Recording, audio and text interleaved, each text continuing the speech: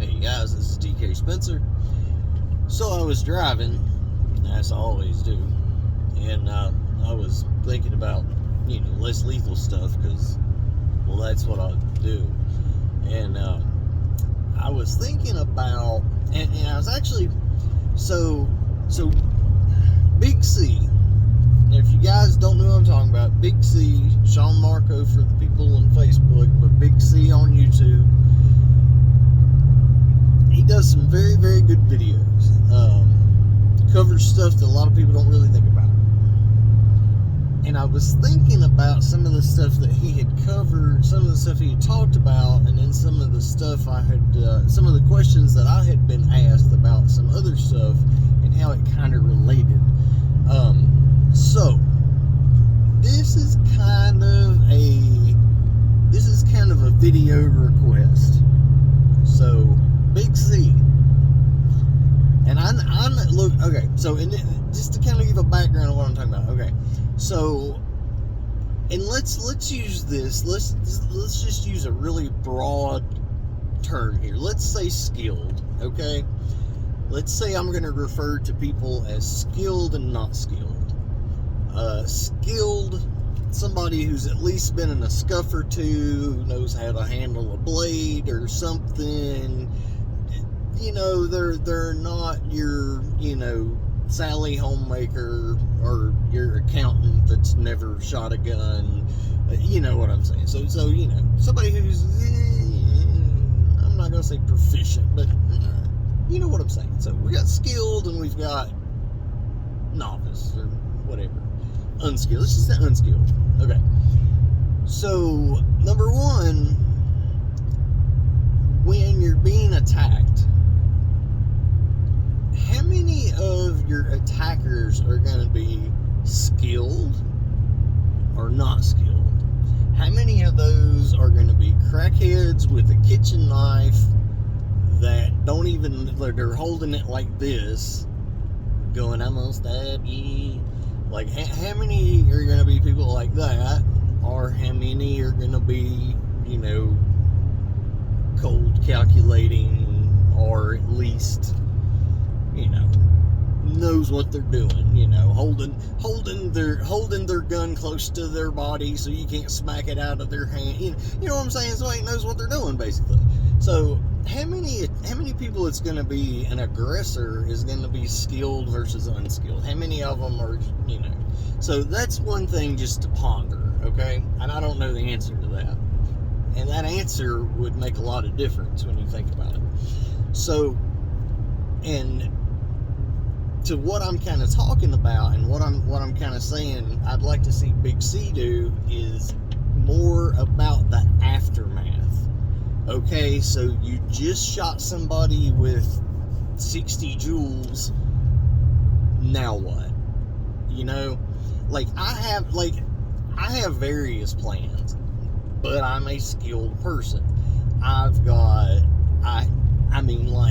Within arm's reach right now, I could get to 4 knives, zip restraints, ASP baton. I've got options and I know where they are and what to do.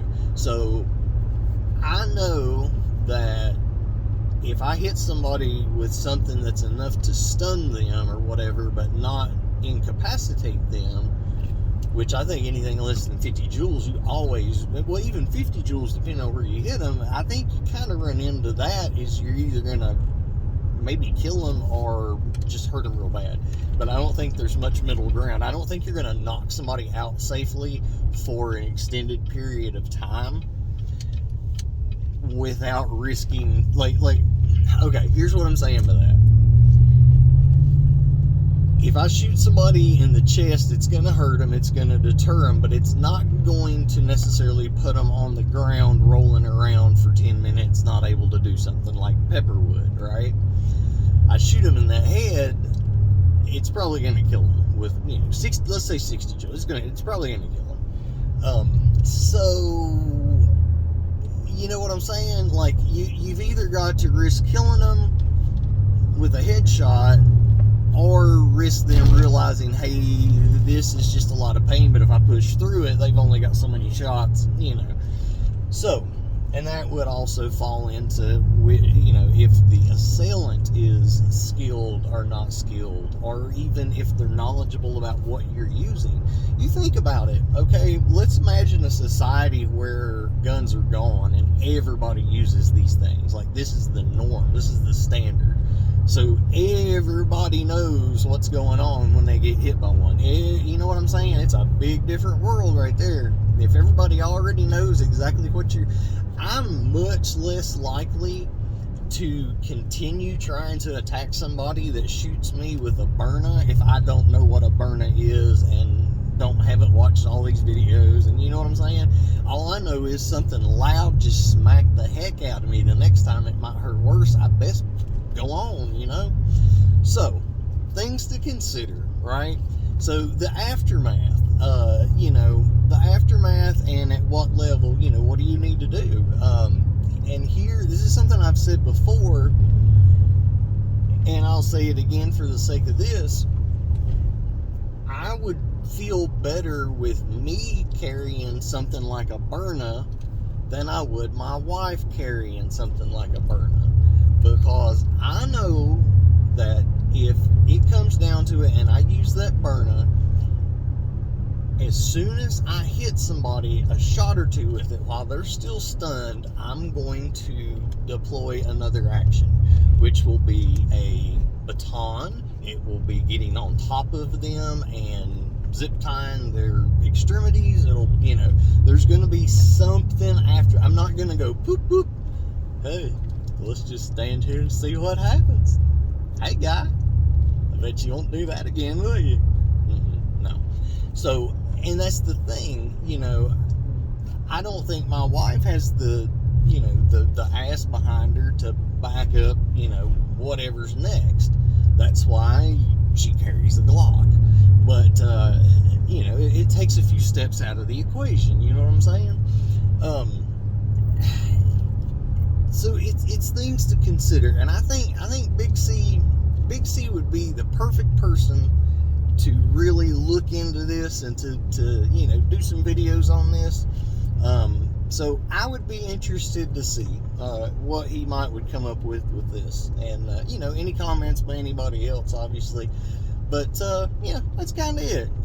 You know, think about the aftermath. Let's say that, the aftermath. All right. Run with that. Like, subscribe. Y'all have fun. Bye.